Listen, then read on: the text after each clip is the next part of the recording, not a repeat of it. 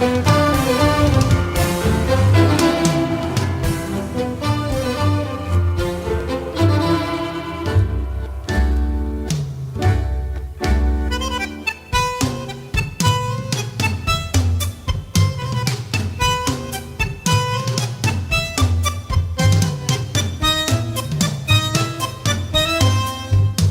programa de hoy va a ser dedicado a la ciencia. En la Argentina hay muchísima gente dedicada a actividades científicas, a la investigación. Pero cuando uno en general escucha hablar de la importancia de la ciencia, de la tecnología, cuando no se baja así a algo concreto, uno dice, bueno, hay que invertir más en educación, más en investigación. Muchas veces estamos en frases hechas. Un poco lo que queremos mostrar hoy, como hicimos ya en otras oportunidades, es que Argentina tiene un nivel de investigadores, de gente joven, dedicada a la investigación, realmente de primerísimo nivel.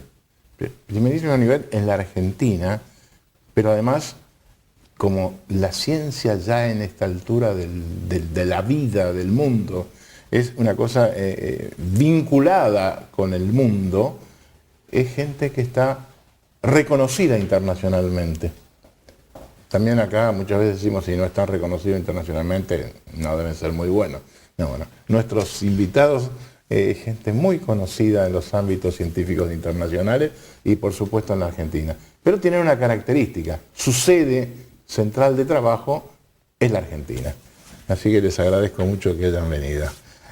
Annalisa Mariassi es investigadora y trabaja en La Plata. Sí, en la Universidad de La Plata. ¿De dónde viene el nombre este de Annalisa? Porque me resultó así. Un nombre italiano. Seguro. Mi papá vio una película cuando era muy joven y la protagonista se llamaba Annalisa y dijo cuando tuvieron Se una hija, enamoró de Annalisa. Quizás le iba a poner Annalisa. ¿Y de qué parte de Italia?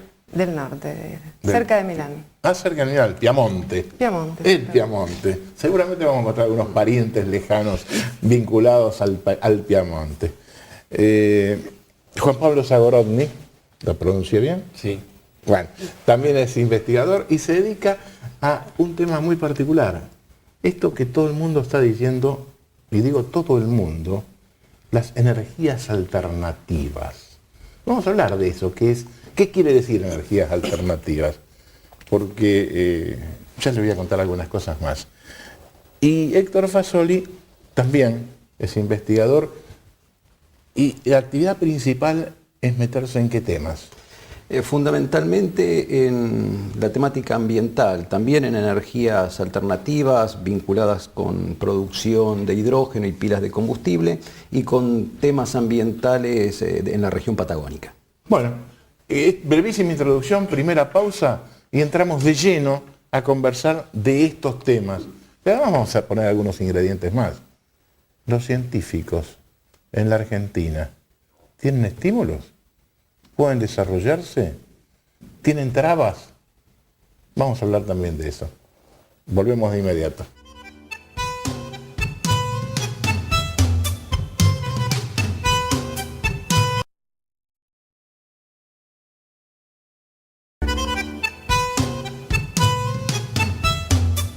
Iniciamos entonces esta parte del programa dedicado a explicar qué están investigando ustedes, para qué sirve lo que investigan. Porque mucha gente dice, hay gente que investiga y realmente es un espanto. ¿Qué investiga? A ver, Marisa. Annalisa, perdón. Annalisa. Bueno, a diferencia de Héctor y Juan Pablo, yo me dediqué a lo que sería más ciencia básica, ¿no? Nuestro experimento... A ver. Soy miembro de una colaboración internacional, el proyecto Piroget. Desde sus inicios, digamos, el experimento se inició en 1999 a construir en uno de los sitios se hizo en Argentina, justamente en Malargüe. En la provincia de Mendoza. En la provincia de Mendoza. ¿Pero qué es lo que se hizo en Malargüe?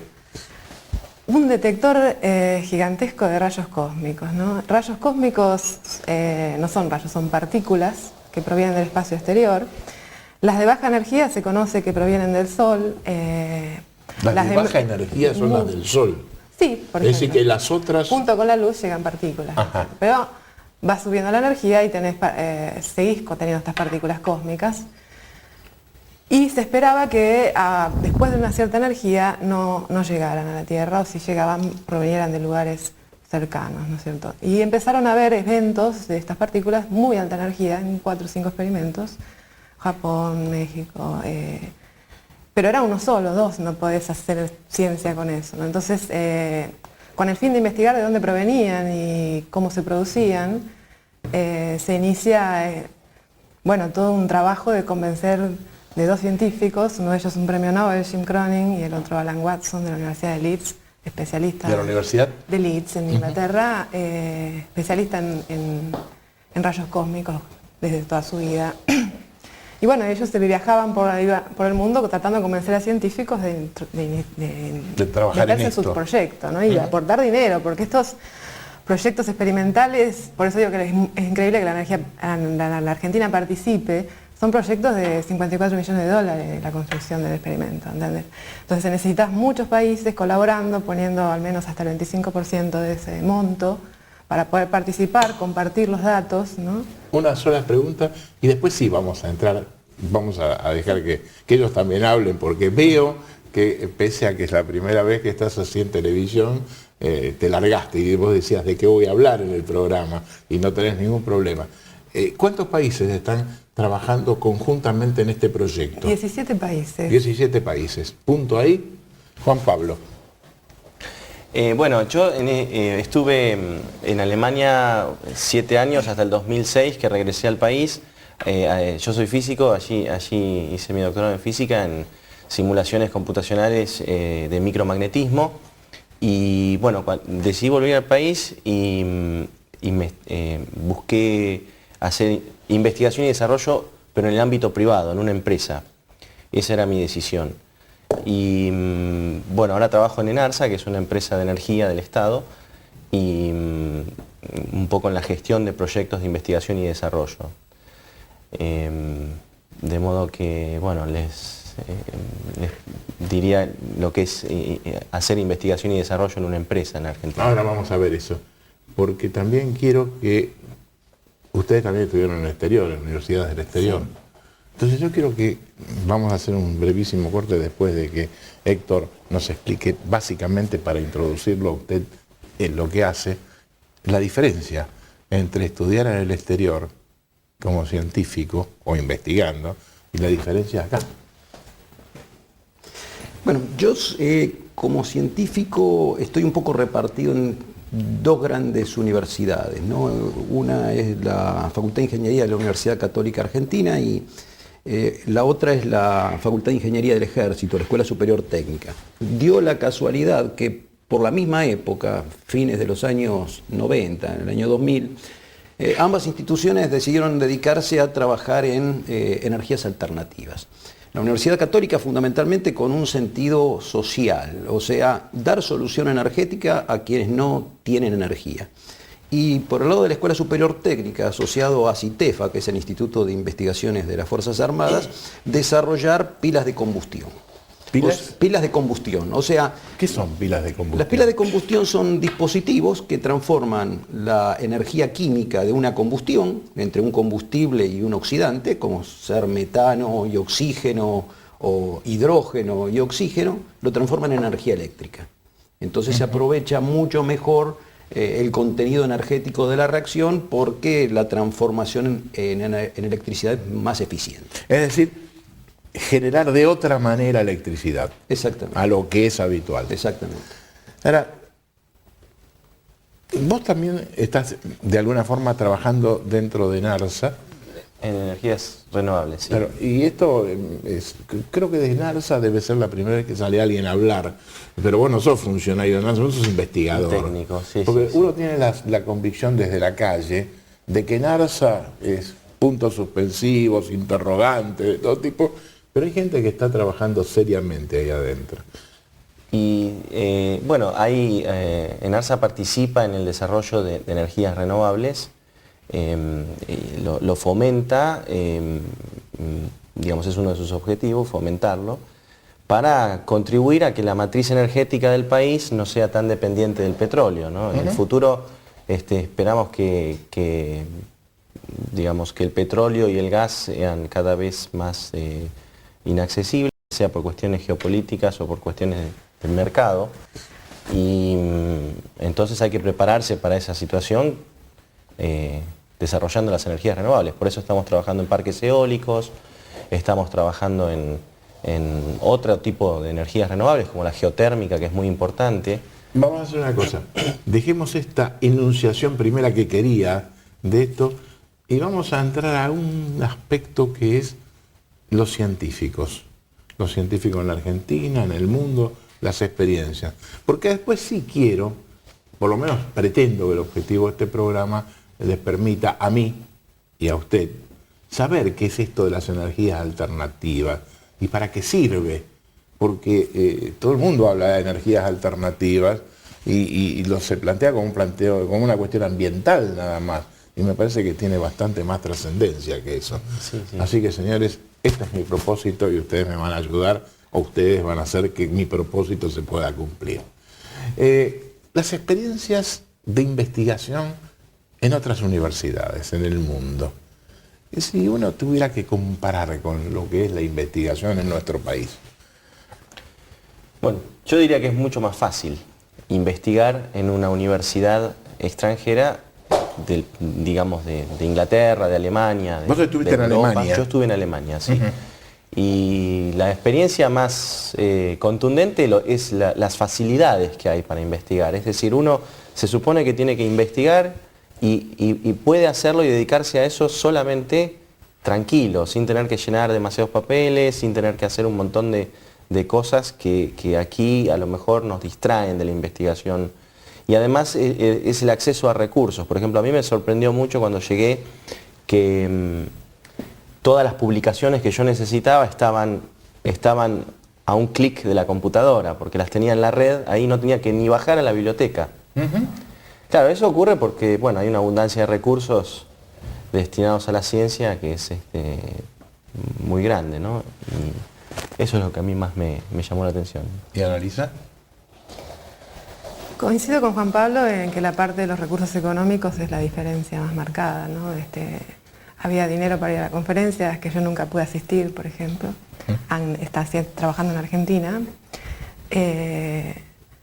Después a mí me causó mucha impresión de que yo estaba en la universidad y en la oficina de al lado, en las reuniones de tomar el té, estaban científicos que yo le había leído los trabajos cuando estaba iniciando mi tesis, ¿no? Y los tenía ahí. Si los maestros están en la misma mesa. Los maestros más reconocidos estaban muy, muy cerca y eso para nosotros es muy fuerte, no sé para vos, Juan Pablo.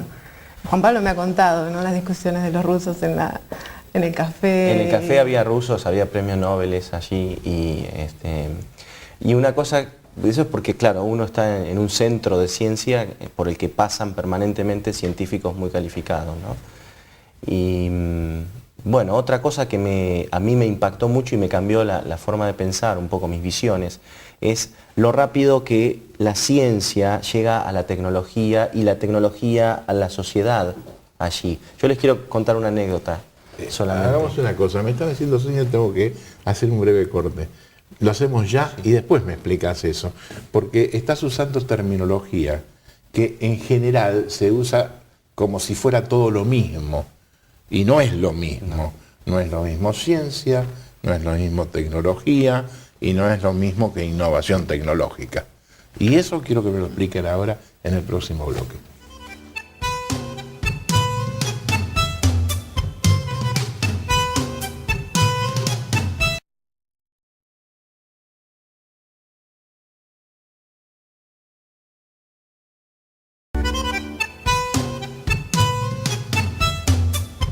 Bueno, estamos hablando de los problemas de los científicos y la ciencia en la Argentina. Y recién Juan Pablo estaba comentando sus vivencias en Alemania investigando y también hacía referencia a la mayor facilidad que tenían en el exterior. Cuando uno piensa que van al exterior y es más complicado, el idioma, son argentinos. Le dan bolilla, no le dan bolilla, mucha gente se plantea esto, pero ustedes dicen que están en condiciones óptimas. Y recién cerramos el bloque con una pregunta que yo dejé respecto de esa terminología que se utiliza entre ciencia, tecnología y lo que es aplicaciones tecnológicas. ¿Qué diferencia hay? ¿Qué significa esto? Bueno, no sé, ¿querés contestar, Héctor? Por favor. Pienso que un poco los límites de esas palabras no son muy claros, se solapan un poco lo que es hacer ciencia y tecnología en algunos aspectos, excepto que uno está haciendo ciencia básica, creo que es lo que se analiza. Ciencia aplicada es más, digamos, está más cercano al desarrollo de tecnología.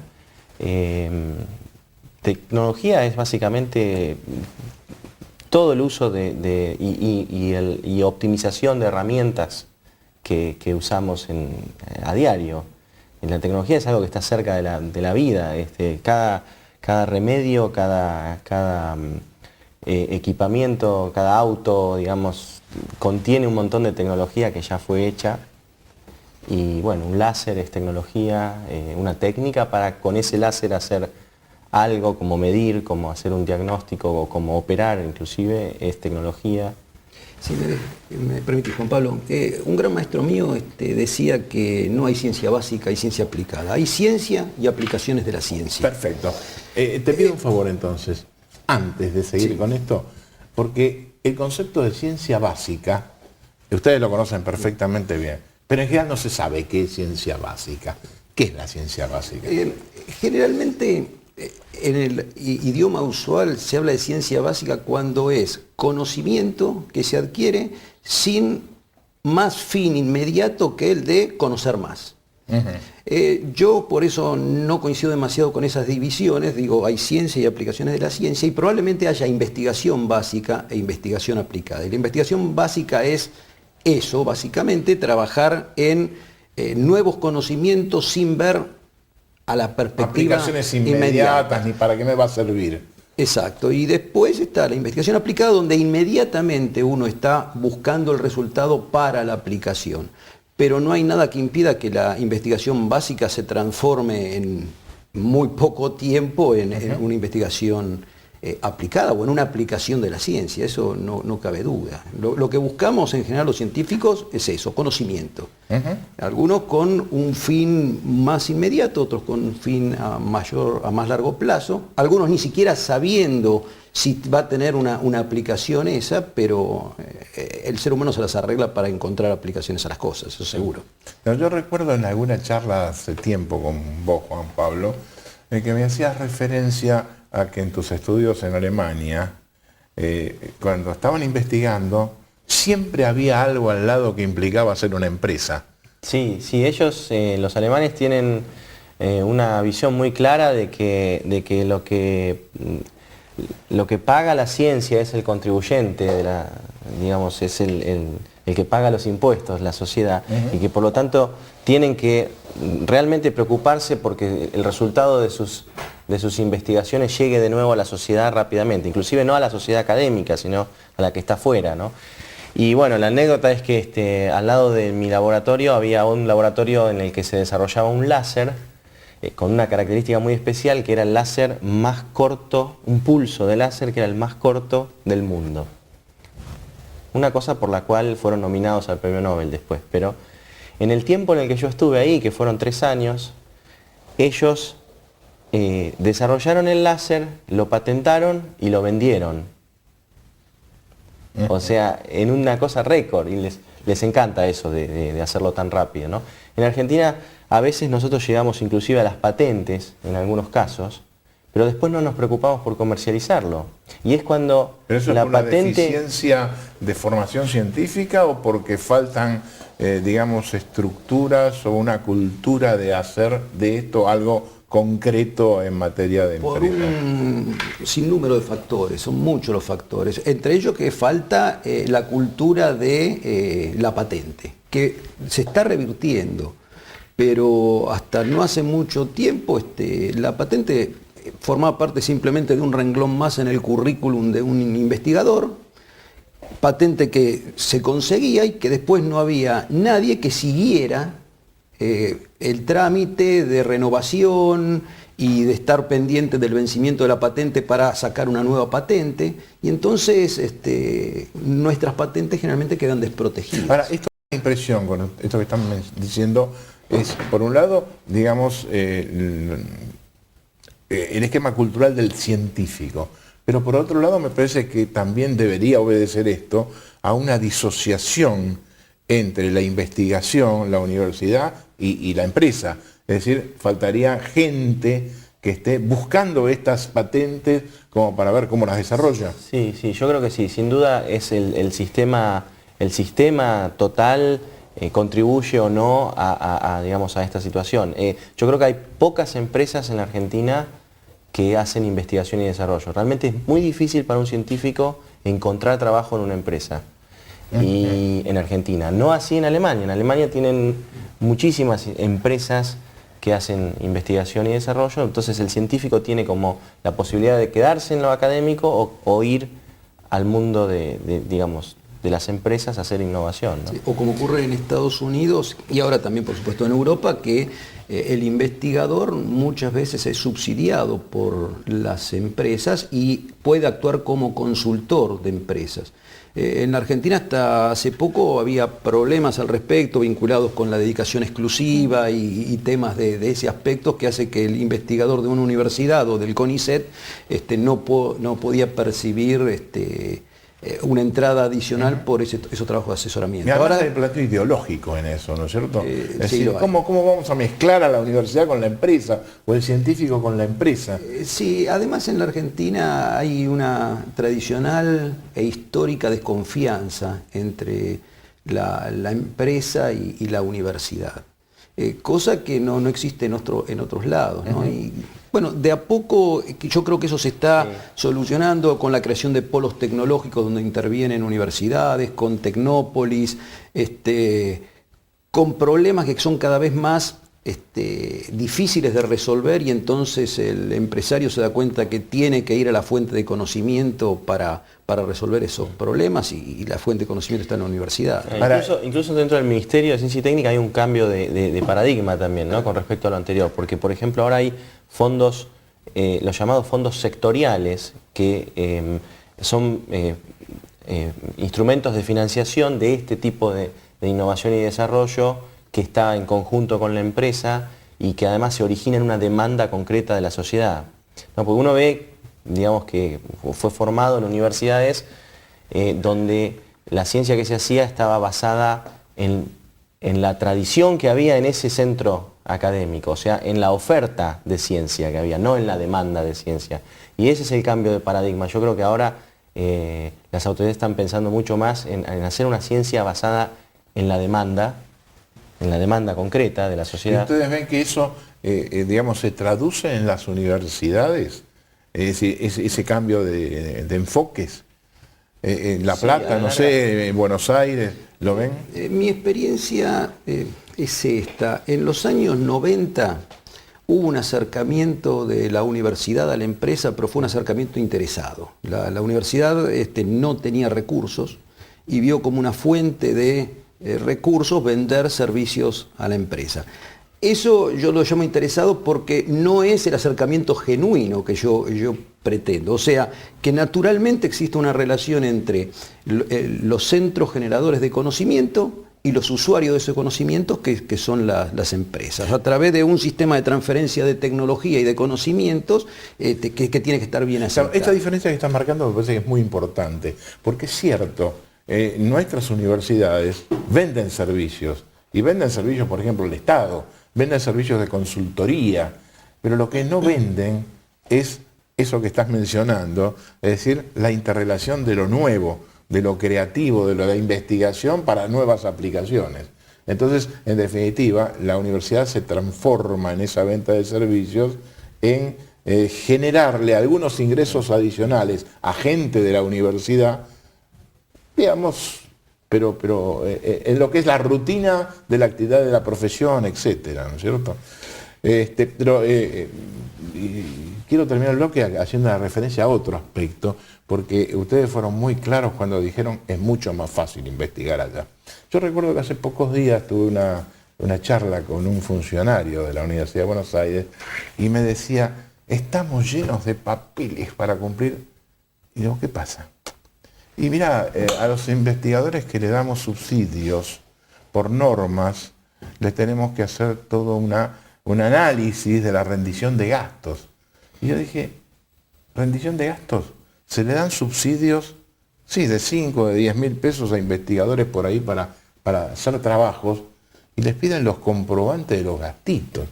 Es un disparate total, porque si tengo que tener al investigador en la tarea burocrática de sumar que gasté para trasladarme o para comprar 4 tubos de ensayo, parece que no es política eso, ¿no es cierto? Me parece que hay que facilitar las cosas y en definitiva hay que, por los resultados que se obtienen, decir a este le sigo dando subsidios y a este no le doy porque no hace nada. En fin, esto es una opinión muy personal. Yo recibí un subsidio para jóvenes investigadores y el subsidio entra en la universidad a través de una fundación, la Fundación Ciencias Exactas, y es la Fundación Ciencias Exactas encargada, es un organismo encargado de manejar el subsidio. Entonces, sí, yo tengo que rendir las boletas, etcétera, pero ellos se encargan de la parte contable.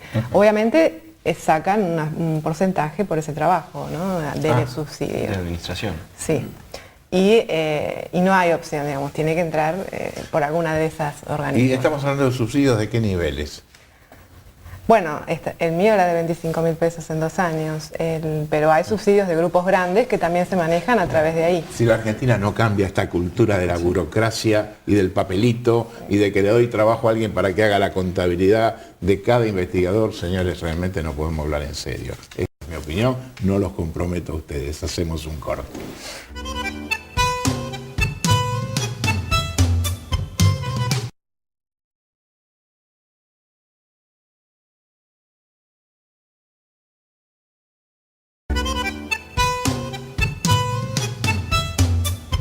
Y seguimos en esta interesantísima charla, por lo menos para mí, supongo que para usted también, con estos científicos argentinos que están trabajando en muchísimos proyectos.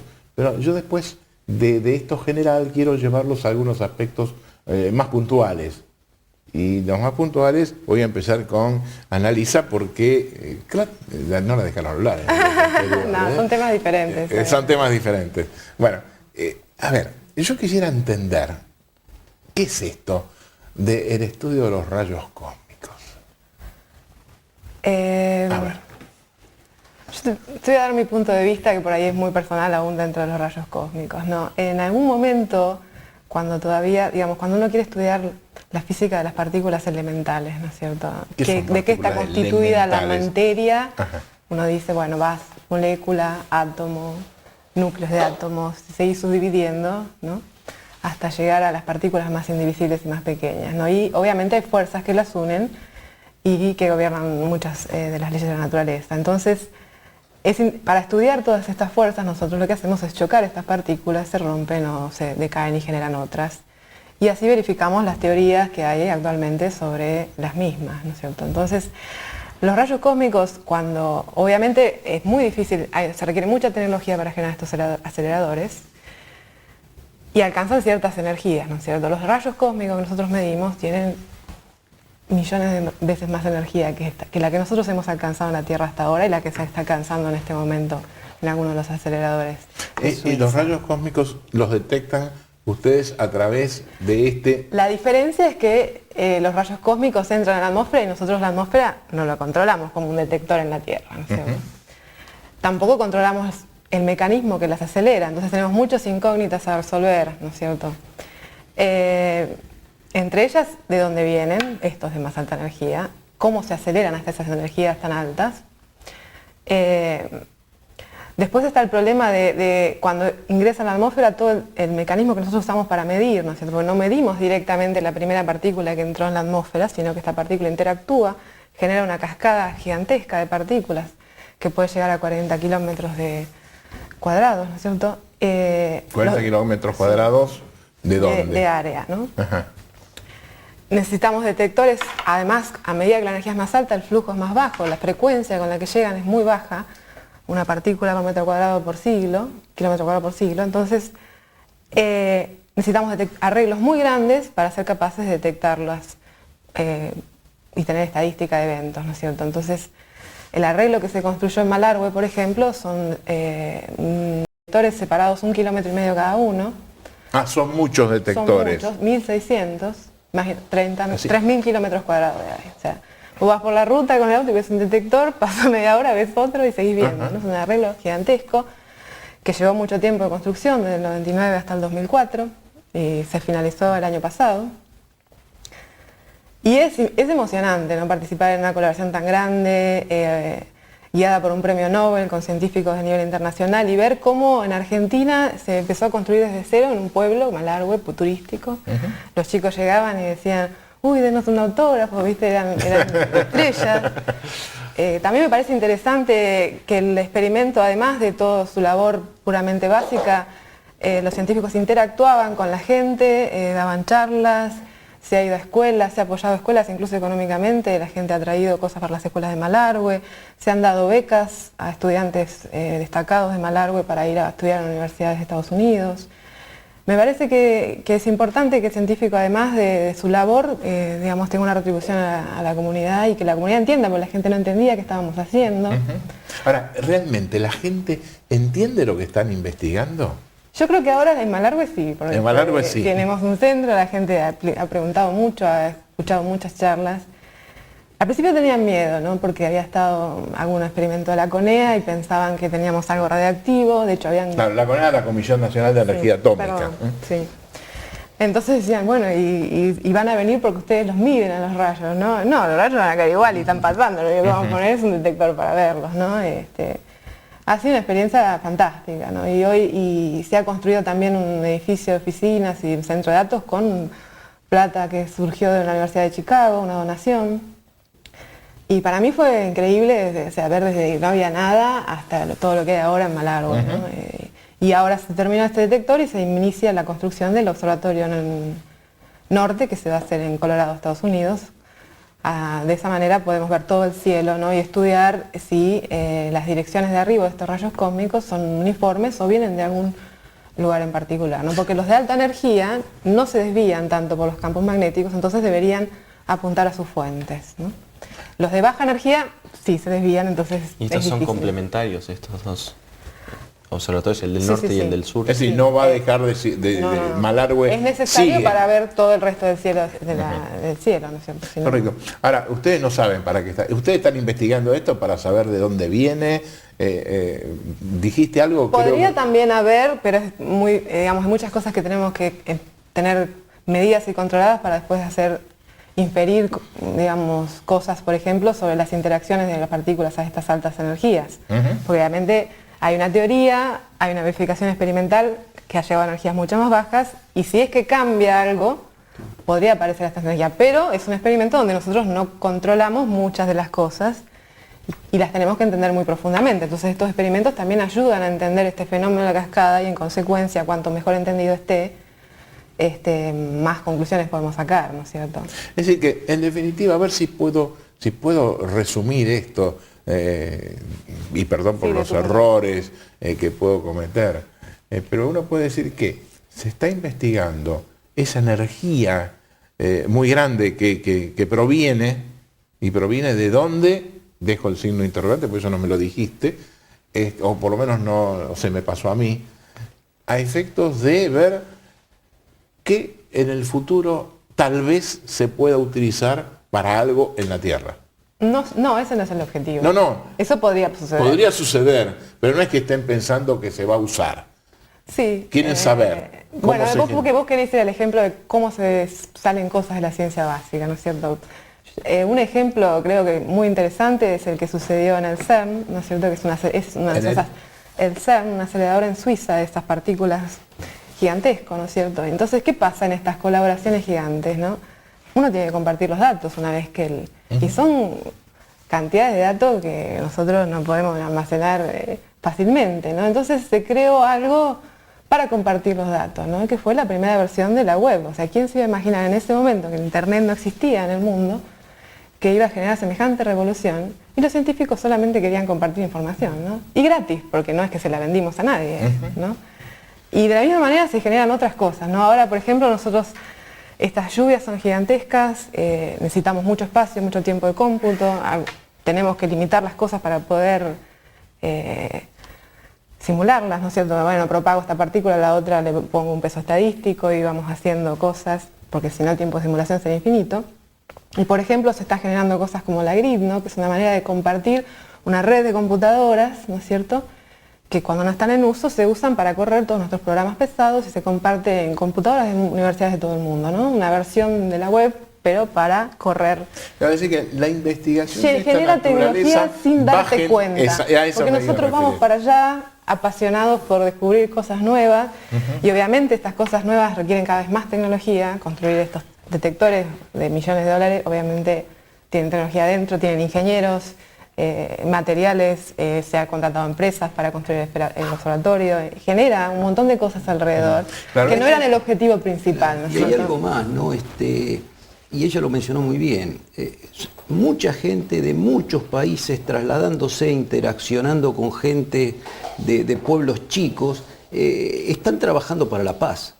Indirectamente, el hecho de que la gente se conozca hace que la gente se relacione, y cuando la gente se conoce y se relaciona, disminuyen los conflictos. Sí, sí, aparecen otros, pero son de otro tipo.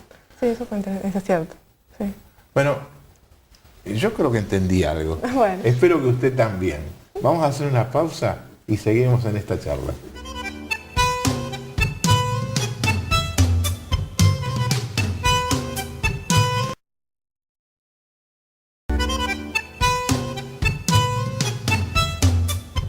Hace pocos días publicó una columna en el diario Clarín Ricardo Lagos, que fue presidente de Chile.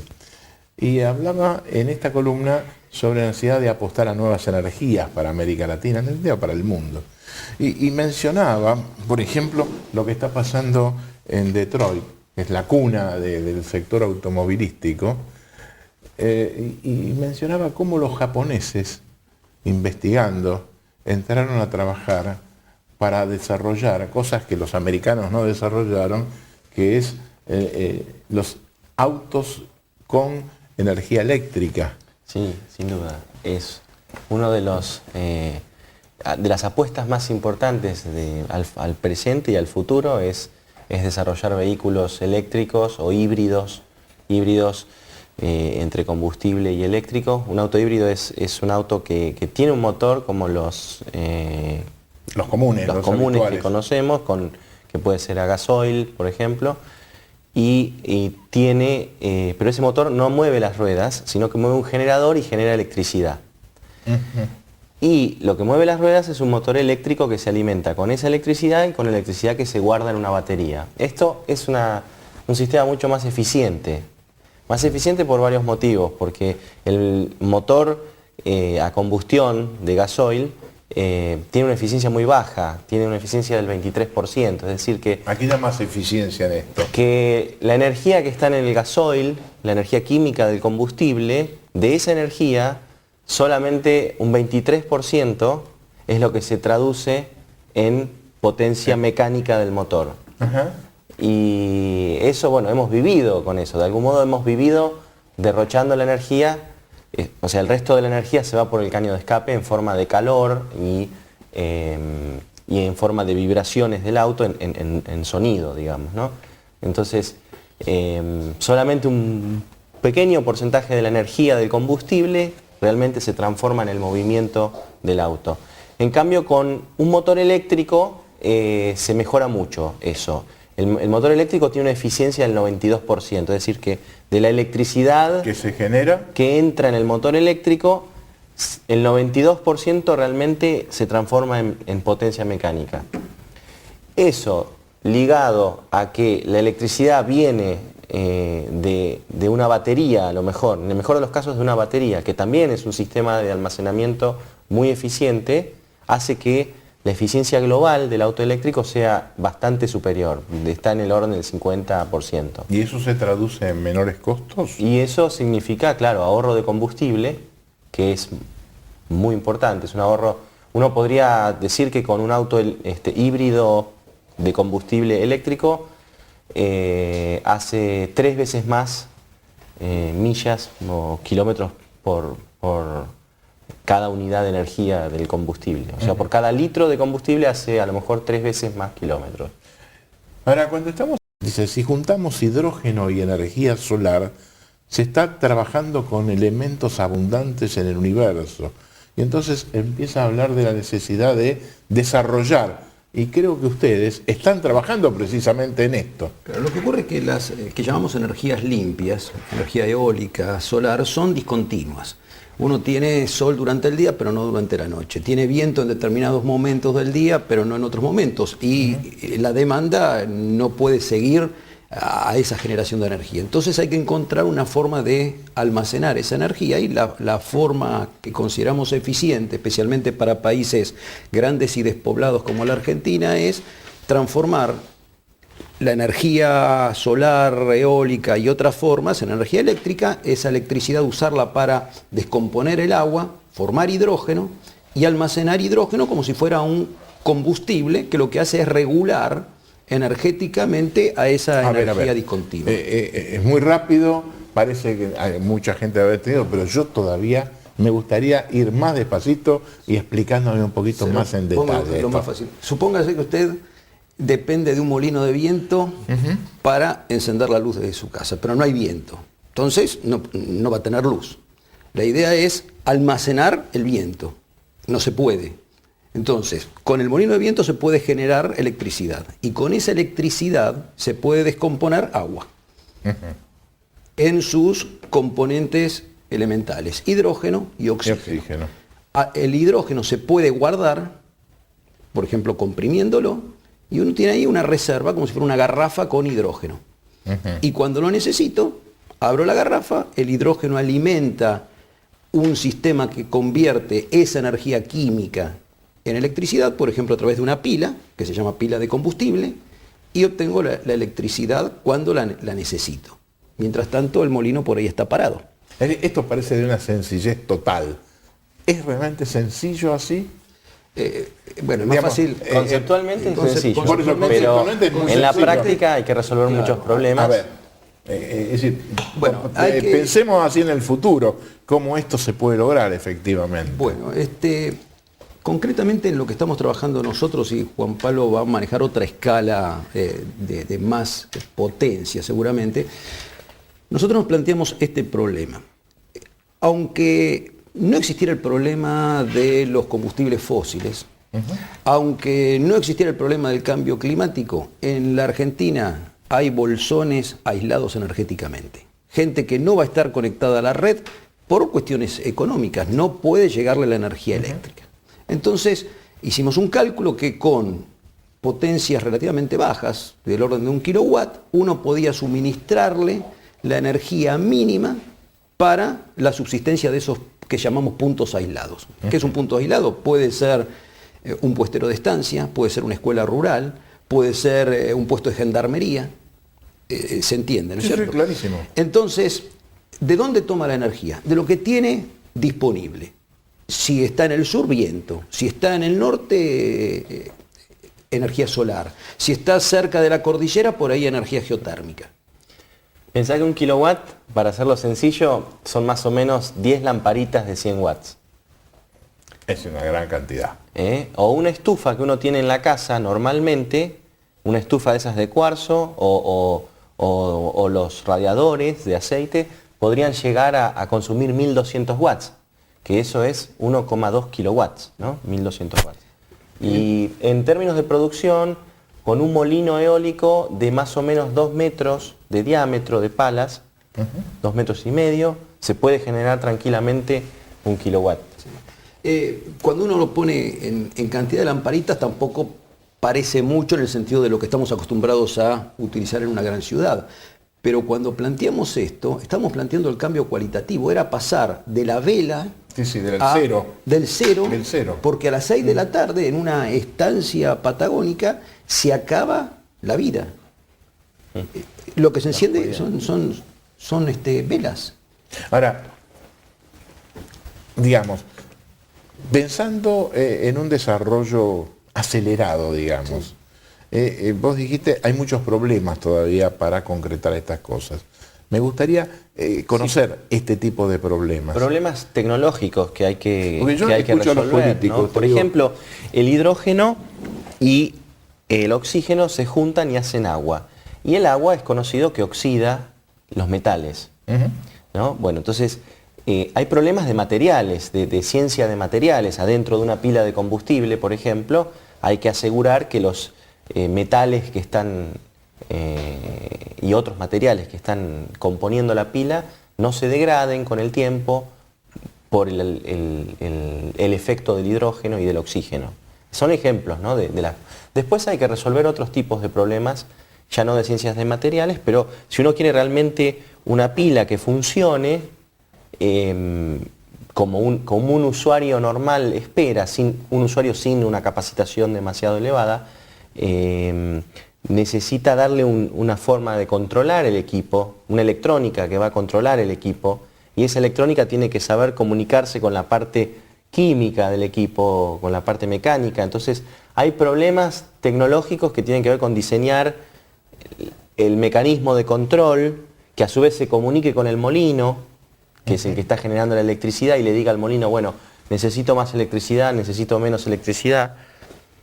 Se tiene que comunicar con el tanque de presión de hidrógeno para ver si hay suficiente presión.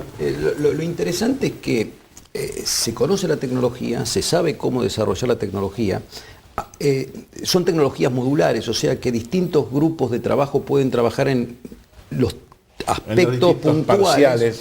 Lo que se necesita es la decisión estratégica de formar la red para que esos grupos se vinculen, de tal manera que en el menor tiempo posible esté funcionando un sistema. Por ejemplo, nosotros cuando desarrollamos una batería a hidrógeno, teníamos el problema que había que probarla a través del tiempo. Y no había forma material de hacer medidas continuas. Y surgió la posibilidad de trasladarla a la base Esperanza de la Antártida. Entonces, un grupo de ejército del Comando Antártico se dedicó durante 2 años a probar en funcionamiento la estabilidad de esa pila. Cosa que no hubiéramos podido hacer estando dentro de CITEF o de la Escuela Superior Técnica del Ejército, porque no teníamos forma material de hacer eso, y además porque teníamos otras tareas, que seguir avanzando en el desarrollo de más potencia. El trabajo en equipo es fundamental. Bueno, y lamentablemente tenemos que cortar acá la charla. El programa se terminó. A mí se pasó rapidísimo y seguramente a usted también. Les agradezco mucho. Dios mediante, será hasta la semana próxima.